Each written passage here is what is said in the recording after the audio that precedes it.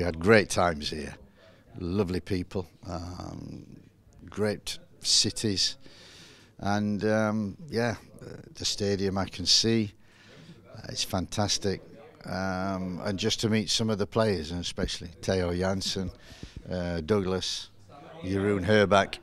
So we're reminiscing a bit, A lot of memories come back. Yeah, that's right.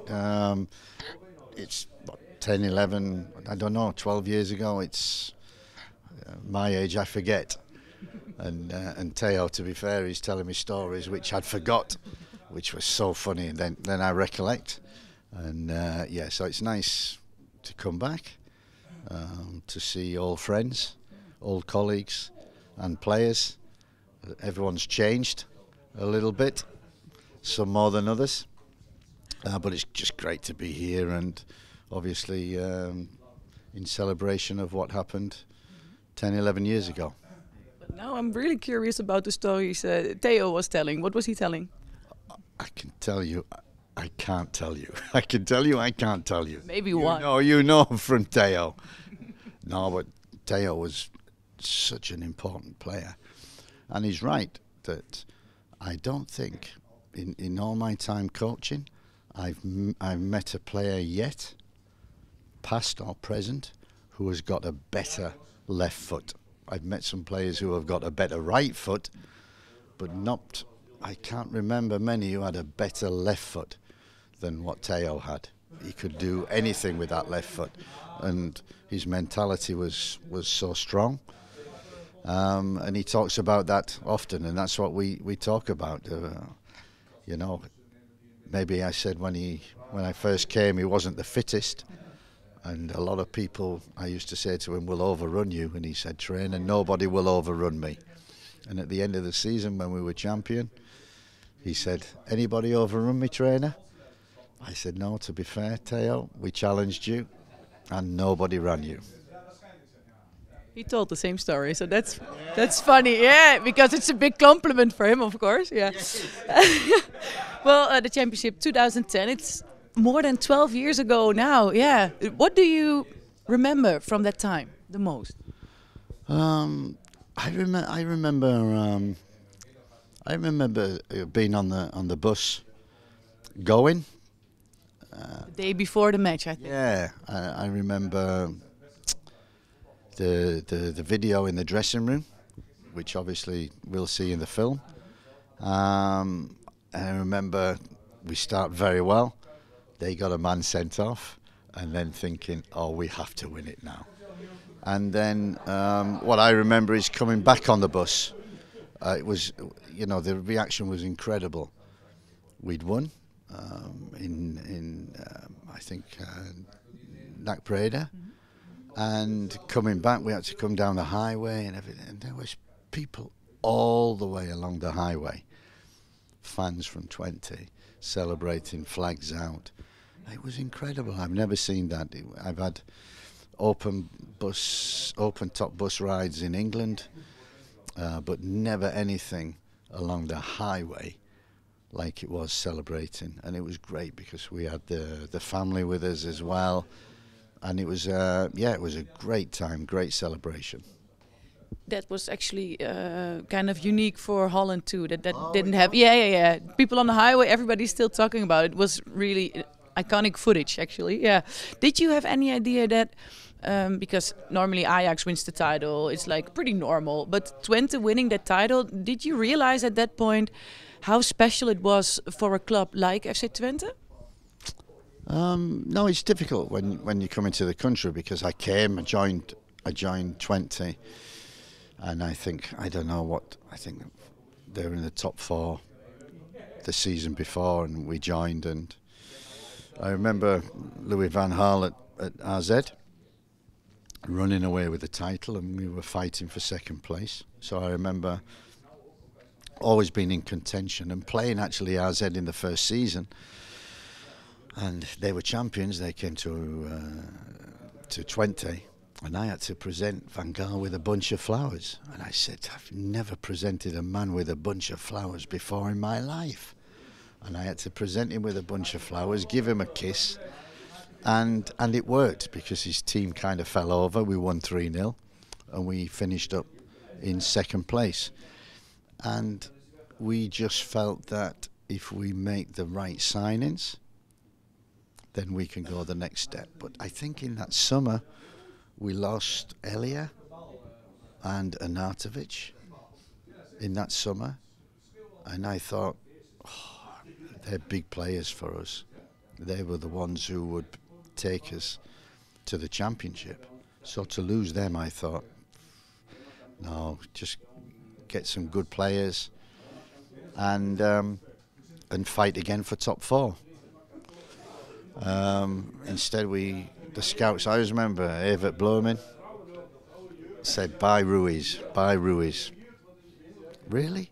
Yeah, buy him. I'm telling you, he's a 20 player, buy him. So we bought him, and we had stock from Chelsea on the left-hand side to replace Elia. So we didn't realise what a fantastic impact that they would make. But the team was more mature, and everybody gelled together. And Theo talks about it even now, that individually you'd look at the team and think, how did they win the title? But collectively they were so strong, so strong. It's funny you say that, because I just asked Theo and Douglas both the same question. What was the biggest strength of this team? What made you champion that year? And they both said, yeah, the team. You agree with that? Yeah, absolutely. And we were talking about it, and I brought my youngest son, who was only small when this happened, and we were talking about, you know, the training grounds in England, and we've just been to Manchester United. It's a massive training ground, fantastic facilities, and we talked about how we liked Twente, the training ground. It was so close, so tight. There was no room. But the point is, it created a bond between not just the players, but the players and all the staff. So everybody was together. And I think that was a real strength, was the training ground was so small, the rooms were so small, we were always in contact with each other. So we always had a great connection. And that is the strength of a team. You just said, Evert Bleuming said, you have to buy Brian Ruiz. That kind of worked out okay. Wow, I didn't think he'd be that good. But he just had an incredible season. He was very good, very talented, played in Belgium. I saw him on video and live, and we liked him. But at the end of that season, we loved him because he delivered. He scored goals, vital goals at vital times. So we were always a team that in the last 10 minutes of a game, yeah, you knew we could score. And I think we scored many times in the last 10 minutes. Or in extra time, yeah. Or extra time, yeah. But I can remember from that time, you did an interview with the club TV channel, and we're talking about players like Ruiz, Theo, like they stand out because of their actions and their goals. But I think you said about Brahma as the first player you would always put on the board. Yeah, you always need somebody to glue the team together. So who brings everybody together, who talks, and he was so mature for his age. You know, I don't know what age he was at then, 21, 22. But he was so intelligent. You know, we used to, many times, and I tell the story in England a lot of times, that we come to play an opponent. We know how they're going to play, we're going to press. We need to sell the game plan to the team. How do we do that? And I remember it was Erik, I think, saying, get Wout Brahma in. So we got Wout in, talking tactics on the board. He took over the tactics board. He said, we're going to do this, we should do this, we should do that, we're going to do this, we should do that. And I went, yeah, Wout, that's what we're going to do. And we did it, it worked, and we won. And I went, incredible.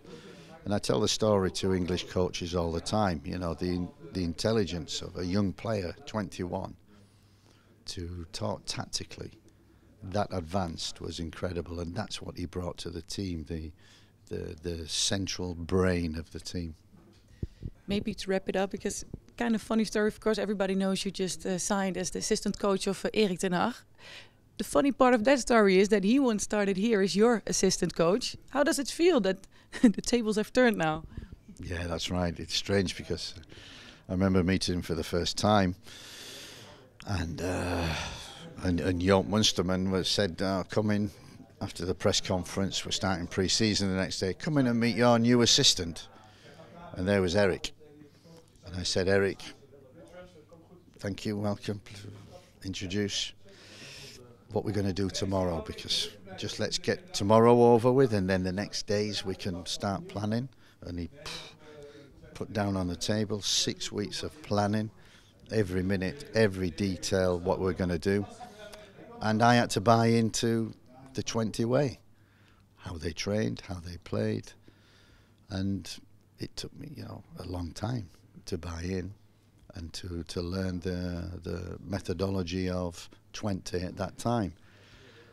Go on 12 years, I come back to him, and he's there again saying this is the plan, 6 weeks for pre-season, and now this is our methodology and this is the way we play.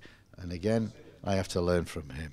So I say a lot in England to the coaches that he taught me all about Dutch football and how to play, and he's going to teach me again. Do you think, it's maybe funny because you will be working with him, do you think he can make it in England? It's such a different football country than the Netherlands. It's a challenge, it's a huge challenge. It's not just any football club, it's Manchester United. And so the size of it is enormous, so the pressures are enormous. And I said, as long as we stick with the plan that this job is about the field, it's not about the outside, it's about what happens on the training field, in the dressing room, and on the pitch on a Saturday. And he's the best at that. He's the best in terms of tactics. He knows football. He knows methodology. He knows what he wants system. And as long as he drives that and we support him, then we'll be fine.